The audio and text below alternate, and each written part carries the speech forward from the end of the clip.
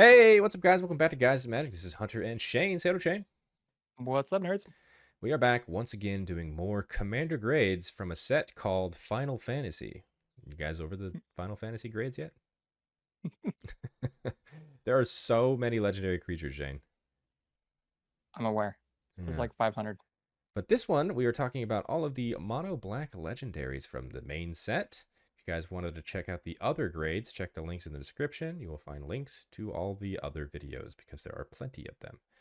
Because, like I said, lots of legendaries. But, Shane, before we get started, just want to remind everybody to hit the like button and subscribe because we are almost at 20,000 subscribers and you don't want to miss out on the giveaway / just we got cool content. So we appreciate your support. Yeah. But let's go ahead and move on to this first card we're talking about, Shane. This is Ardyn the Usurper. It is 5 and 3 black for a 4/4 legendary creature, Elder Human Noble. It says demons you control have menace, lifelink, and haste. And it has another ability called Star Scourge, which means at the beginning of combat on your turn, exile up to one target creature card from a graveyard. If you exile the card this way and create a token that's a copy of that card, except it's a 5/5 black demon. Powerful effect. Very powerful effect. Yeah. It's like a Shieldred kind of effect. I mean, yeah, a little bit. I mean, you're bringing back something. I mean, you're exiling anybody's Yeah. card from a graveyard, and then it's just a 5/5 Yeah. demon. So even if you're exiling their small things, you're getting a 5/5 black demon that also has menace, lifelink, and haste because this is what it's doing, right? It's true. Which is nuts. But the big downside, Jane, is that The big thing in the top right. 8 mana is kind of a lot for mono black. Kind of just glaring at me in the face. Now I understand there are definite mono black commanders like Valgavoth, for instance, that is 9 mana that people play as their commander, and it is a thing you can do. It's a lot of mana. But is this better than Valgavoth? I'm gonna say no. I'm gonna have to agree with you on that one. Yeah, there's tons of spells that can get you to that mana in black, but I don't know. Like once you get your commander out, is it doing it enough for you? I don't honestly know. I don't know either. I don't think so. I think if you're running a bunch of demons in the deck as itself, then they also have menace, lifelink, and haste, and you can deal a bunch of damage. I like the ability of black giving haste, which is nuts. It's not something you normally see. True. But Ardyn the Usurper, kind of weird. Yeah. Then we can go ahead and move on to the grades, though, Shane. I'll kick us off. Ardyn, as powerful as it is, it's still 8 mana, and for me, it's getting a C. I'm right there with you. 8 mana is what's holding us back for me. Still gonna be a C. Yep. Well, Ardyn the Usurper gets the average grade of a C.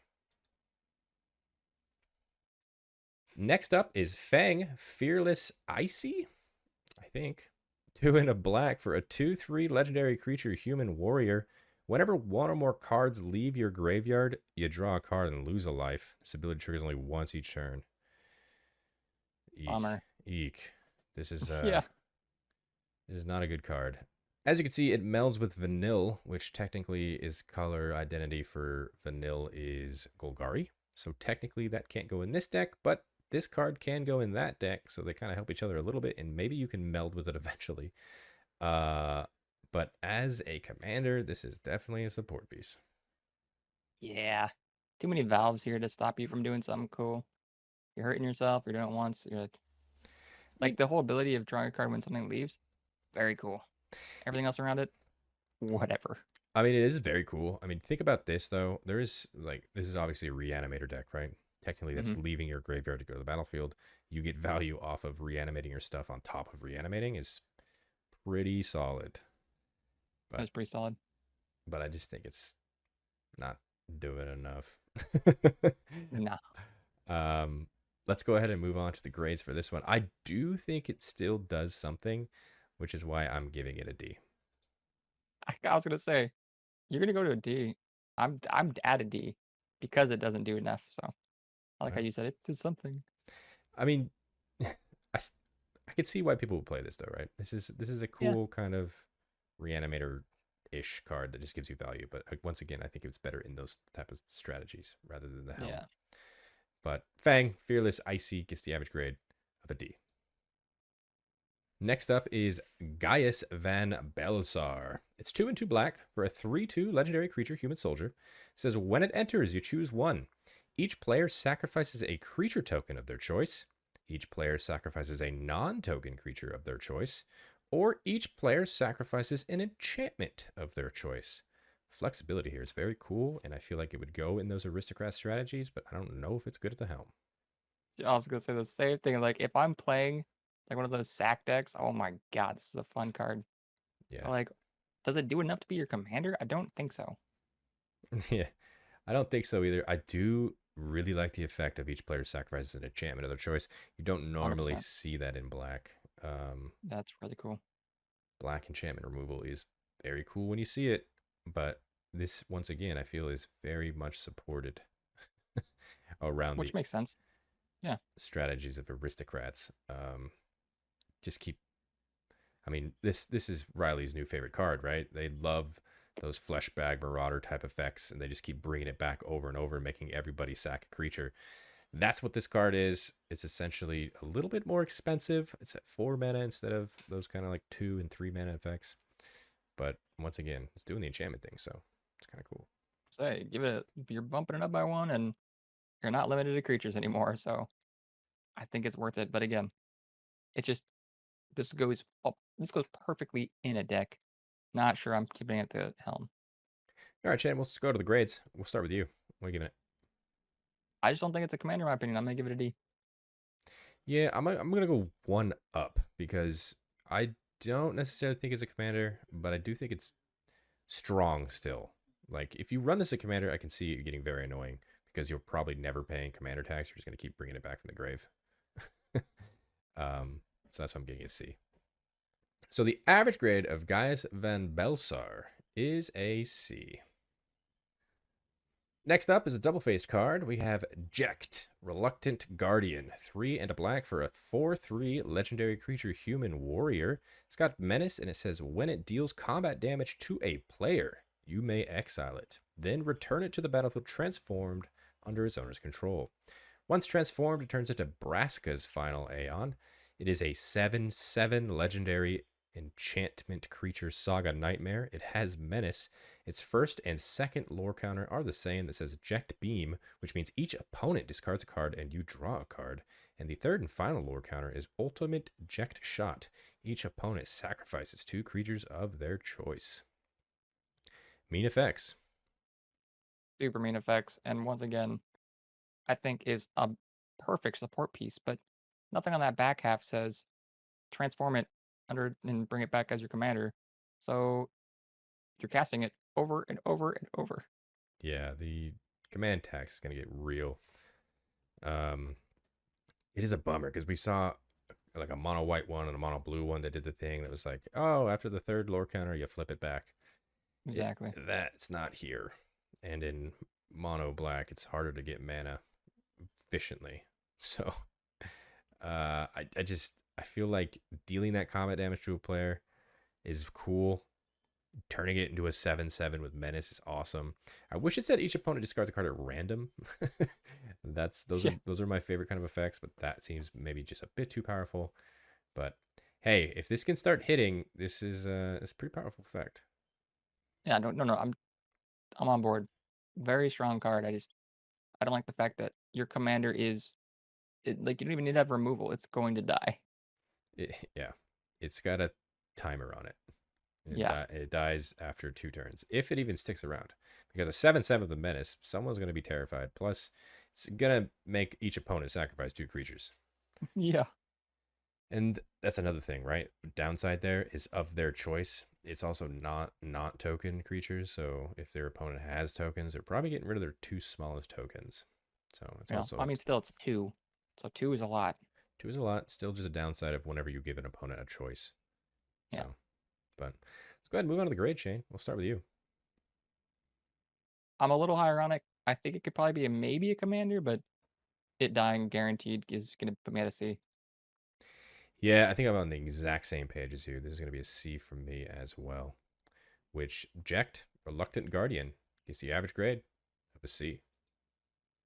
Next up is Kain, Traitorous Dragoon. It's 2 and a black for a 2/4 legendary creature human knight. It's got jump, which means during your turn, Kain has flying.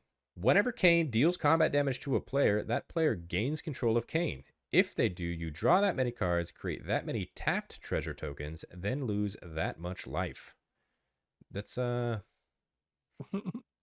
it's interesting. This is a Hot potato. I was gonna say this is a hot potato commander that just kind of like goes around and around in a circle. And honestly, is your opponent gonna want to swing with this? Because then that player is gonna gain control. I don't know. If I'm the opponent getting attacked by this, I think he's just sitting back on blocks for me. Do you, as like, let's say this is my commander, Mm-hmm. swing at you.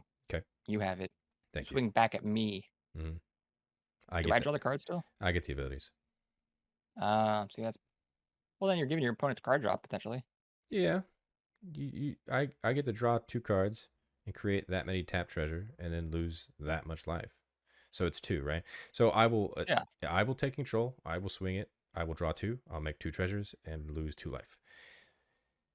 I mean, I guess. Why wouldn't you want to attack then if they get? That's a really good advantage. I just feel like I'm giving it to someone else, right? I'm trying to give my opponents advantage. Is what I'm saying. Like I don't want to have my opponents get the ability to draw 2 cards, make 2 treasures. True. And also, it's your commander damage. So like, even if you don't control it, right, it's still your commander damage, right? Yeah, it comes from the card itself. This card. Yes. So If they choose not to hit you, then they're just kind of letting it bounce around between them for you. It's really weird. That's true. You're not wrong. I don't know. It's super interesting. I don't know how to feel about it. It's kind of like a group slug commander, right? Yeah, I don't know how to feel about it either. It's cool. I mean, I can see people building around it because it's different. And yeah, it's fun. If you're building this card, post your link in the description. I would like to see it. Or sorry, in the comment section. I would love to see your list because it's a different route. I mean, you can do the whole hot potato with this card and put in some robbery cards on top, maybe. Bit of a traitorous decision. True. It seems fun. I mean, this just seems more like a. I mean, it could be completely wrong, but it wouldn't be super high powered. It'd be more like I'm sitting down at a table and I'm gonna have just like fun. Yeah. So I can see that. Let's move on to the grades. I will kick us off. I can see the fun, and that's why I'm going to give it a C. Yeah, I was gonna say the same thing. I'm gonna stick middle of the road C. I think that you're gonna have maybe not the craziest games, but you're gonna have fun. Mm-hmm. So Kain, Traitorous, Dragoon gets the average grade of a C. Moving on to Reno and Rude, 1 and a black for a 2/1 legendary creature human assassin. It has menace, and it says whenever it deals combat damage to a player, exile the top card of that player's library. Then you may sacrifice another creature or artifact. If you do, you may play the exiled card this turn, and mana of any type can be spent to cast it. Just talked about thievery. Here we are. We did. Yeah. Thank goodness for that last line of text. Any mana of any type? Yeah. Yeah. It's the best line of text you can have when thievery cards are in play, right? It's interesting that it's saying that you have to sacrifice another creature or artifact to get the thievery. So, I mean, with that being said, I think there's other options to do the thievery better. The main big baddie of Gonti is pretty good thievery deck, and I think it's just a lot better. Granted, it's cost more, but it does things easier. I agree.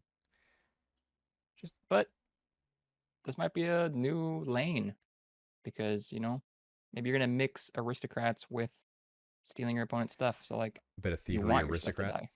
Yeah.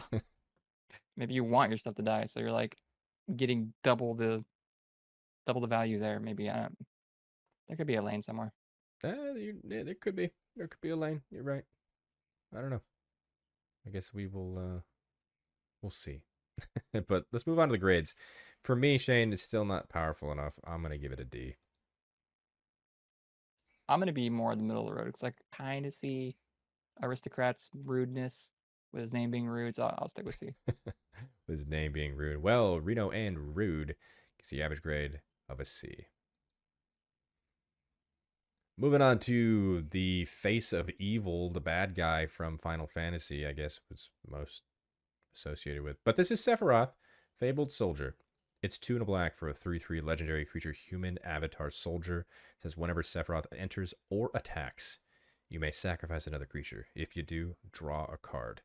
And whenever another creature dies, target opponent loses 1 life and you gain 1 life. And if this is the 4th time this ability has resolved this turn, transform Sephiroth. Once transformed, it turns into Sephiroth, 1-winged angel.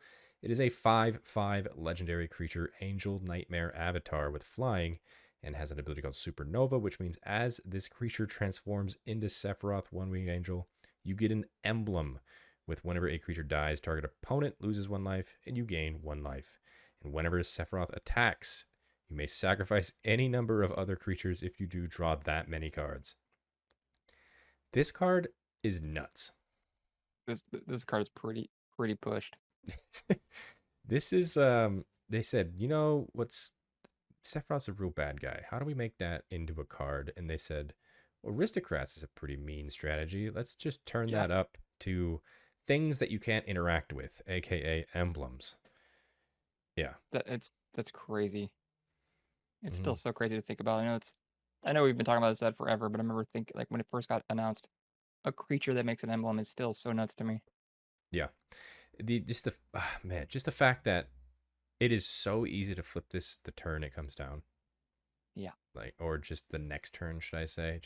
We were just talking about the aristocrat strategy with Fleshbag Marauder. You drop a Fleshbag, everyone has to sacrifice a creature. If the whole board has a creature, this flips immediately. Yeah. It's nuts. This is. I don't know what else to say. The fact that those emblems are going to start piling up because yeah. Yeah, if he dies and comes back again, because remember he costs 2 or 3, so it's super cheap. Mm-hmm. You could have like 3 of these emblems by the end of the game. It's crazy, dude. Yep. This is a super control-y mono black deck that is just not gonna be fun to play against, but it's gonna be a lot of fun to play with because you're gonna be making people miserable. Yeah. I feel like if you sit down, you're gonna have to figure out like it's almost like you're playing stacks or like against stacks. It's like how do I win against this deck right now? So like if Riley was here, Riley would hype this card up, I bet, because this is right down their alley. This is what they want to do when it comes to the strategy of aristocrats. It almost seems too mean though for them. Like it's almost too easy to do the aristocrats with this. That's how it is most of the time when we play against them. Like they always have all the fleshbag things. You just don't get to play your creatures, period, because they'll just die immediately. And that's what this card is doing. Yep. I think this is going to be the de facto aristocrats just for like a little bit. Yeah. I know the hype might die down, but like as of now, if you want to play that lane, this has got to be your commander. Mm-hmm. Let's move on to the grades. I think this is an easy one, Shane. I'm giving this an A. I unfortunately am with you and giving it an A. Yeah. Too strong. Too strong. Sephiroth, Fabled Soldier, gets the average grade of a very, very easy A. Moving on to Seymour Flux. It's 4 and a black for a 5/5 legendary creature, Spirit Avatar. It says at the beginning of your upkeep, you may pay 1 life. If you do, draw a card and put a +1/+1 counter on Seymour Flux. Super cool. It's very... We go from... Yeah. Yeah. Very to the point, right? It's like doing the thing. It does the thing very easy. It does the thing. I think this is a fantastic support piece that'll draw you cards. This, as a commander, does nothing for me. This is like a Phyrexian arena in your command zone. It just gets bigger. It's an expensive one that comes with a body. 5 mana for a 5/5. Yeah. You pay 1 life, you draw a card. It's a 6/6 now. It's a bummer. That's upkeep though. That's always a bummer because you have to wait a full turn cycle to get the thing. Like I get the thing it's doing is pretty strong, and I do like that. I just don't think that when I play commander decks, I want the commander to be like more like focused. Mm-hmm. This just draws you cards. which is Yeah, good. I shouldn't even be complaining. It's good. yeah, it doesn't really do too much.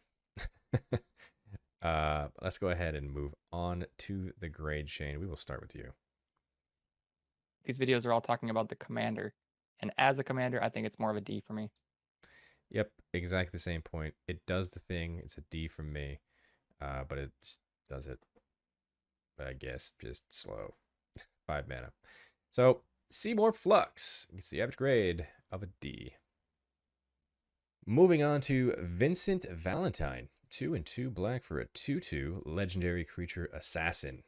It says whenever a creature an opponent controls dies, you put a number of +1/+1 counters on Vincent Valentine equal to that creature's power. And then whenever Vincent Valentine attacks, you may transform it. Once transformed, it turns into Galian Beast. It is a 3/2 legendary creature werewolf beast. It's got trample and lifelink. And when Galian Beast dies, return it to the battlefield tapped, front face up. Card I like is that piece of text. awesome. This card's Yeah. cool. Not only does it get to come back front face up when it dies, but when it attacks, you transform it. It does not leave zones. It's just one of those that just flip right away, and you can just have all of the counters that were on Valentine now on Galian Beast. It's got trample and lifelink. Yeah, count me in. Big fan. It's gonna be a remove all your opponent's game plan and then swing in with a sweet ass beast. Exactly. This is removal.deck, Yep. and I am here for it. Yeah. This. Even at 4 mana, I think it's fine. Mm-hmm. I love the fact that it's you may transform it too. So like just keep adding all of the counters onto Vincent Valentine, and then once you Yeah. get a critical mass, just go ahead and bink commander damage. You're dead. Yeah. And I just think the big werewolf in the room is the fact that there's a lot of exile. So exile sucks still, but here we are. yeah, exile removal is definitely a thing, and that is a bummer. But hopefully you'll have those abilities in your deck that can sacrifice your own stuff, like a village rights or a deadly dispute, and then bang, just avoid exile that way by getting rid of your own stuff. Very true. It's gonna But be a fun card. it is definitely. Let's go ahead and move on to the grades. You know what, Shane? I think this card is very cool. I'm giving this a B. I was thinking, is it a C? No, I'm gonna bump it up with you. I think I'm gonna give it a B. Right on. Vincent Valentine gets the average grade of a B. Next up is Zenos Galvus. It's 3/2 black for a 4/4 legendary creature, human noble warrior. It's got my first friend, which means when Zenos Galvus enters, choose a creature an opponent controls. Until end of turn, creatures other than Zenos Galvus and the chosen creature get -2/-2. And then when the chosen creature leaves the battlefield, transform Zenos Galvus. Once transformed, it turns into Shinryu, Transcendent Rival. It is an 8/8 legendary creature dragon. It's got flying, and as this creature transforms into Shinryu, choose an opponent. Whenever the chosen player loses the game, you win the game. That's That's so sick, dude. that is a fun build around. Super fun build around. I'll tell you what, when I was in MagicCon Vegas, someone was using this as a support piece card, and it's so easy to flip. Yeah. Yeah, You just kill the thing that you're friends with. exactly. I was chosen as the friend, and then it was killed immediately. So, Yeah. pretty cool. Yeah. And then, Well, not even that, dude. Just the fact that, I mean, 2/2 probably won't board wipe, but if you're playing against tokens, that's cool too. So you pick one thing and then the token player gets real sad. token player gets real sad at -2/-2. I was running tokens, so I was really sad. And let me Yeah. tell you, when an 8/8 hits the field, it takes a lot of damage. Yeah. But yeah, I just love that bit of text, dude. once I again, choose you. When you lose, I win. this is that card that transforms, does not leave zones. So if you swing with this and then kill your friend, it flips into an 8/8 flyer swinging at someone. So you choose the opponent you're maybe attacking for lethal damage. That opponent dies, you win the game. That's so sweet, dude. It is pretty sweet. It takes out the kind of like, I'm trying to think like you don't have to worry about dealing commander damage to everyone anymore, dude. Mm-hmm. It just makes it kind of a 1v1. Just gotta kill one player with Shinryu, and we are good to go. I guess it wouldn't be a 1v1 to think. Now I'm thinking about it because the other people at the table probably want to stop you from doing that. Maybe, yeah.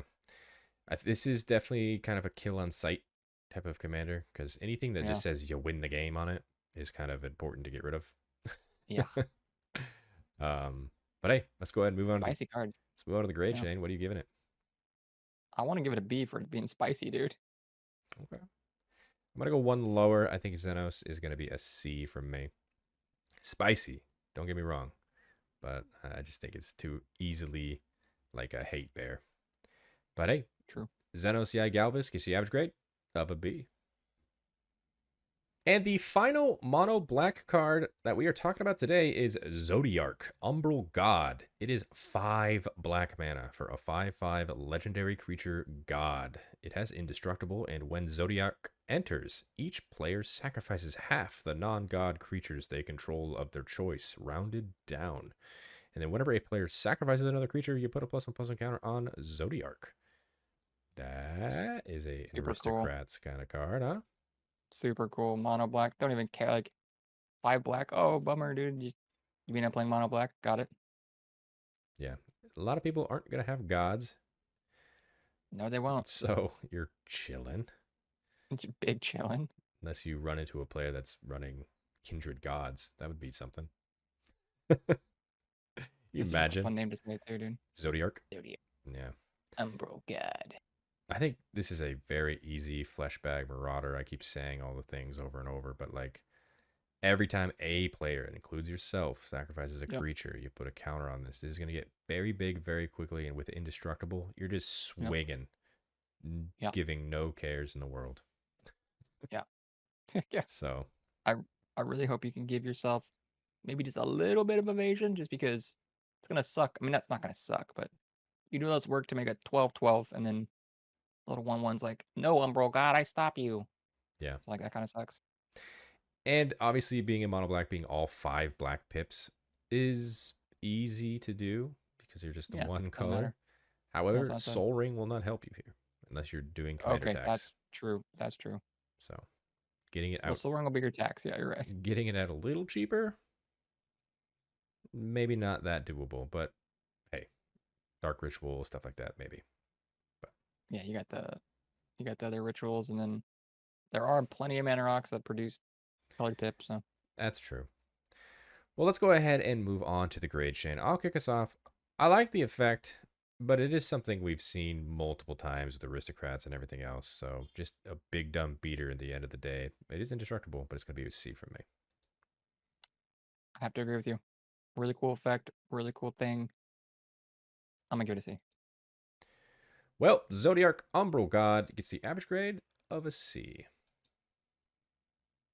And that is going to do it for us today. If you guys liked that video, once again, hit the like button. So you can also subscribe, so you're staying up to date with all these other videos that we're putting out. Still trekking along with these Final Fantasies, trying to get them all to you as soon as possible.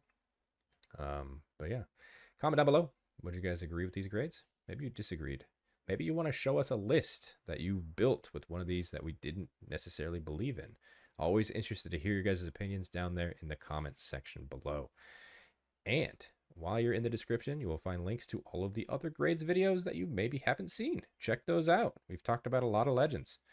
And in the description, you'll find links to all the social media accounts. Follow us on those as well. And on the screen right now, those are all of our Patreon subscribers. Thank you guys so much for your added support. It really does mean the world to us. If you guys wanted to check out what they're seeing, which is not here on YouTube, please click the link in the description and consider subscribing. And a very special shout out to our Gains Indestructible tier, starting with Aaron Hill, Aaron Martin, Brian Ganella, Daryl Tripp, Demarion Turner, Dr. Rome, Jimmy Ward, Jay Pizzle, Kevo, Larry Killian, Samuel Abbott, Thrifty PSGR, and William Colombo. You guys are awesome. Appreciate every single one of you. And until the next video, I hope you guys have a great rest of your day. Peace. Bye-bye.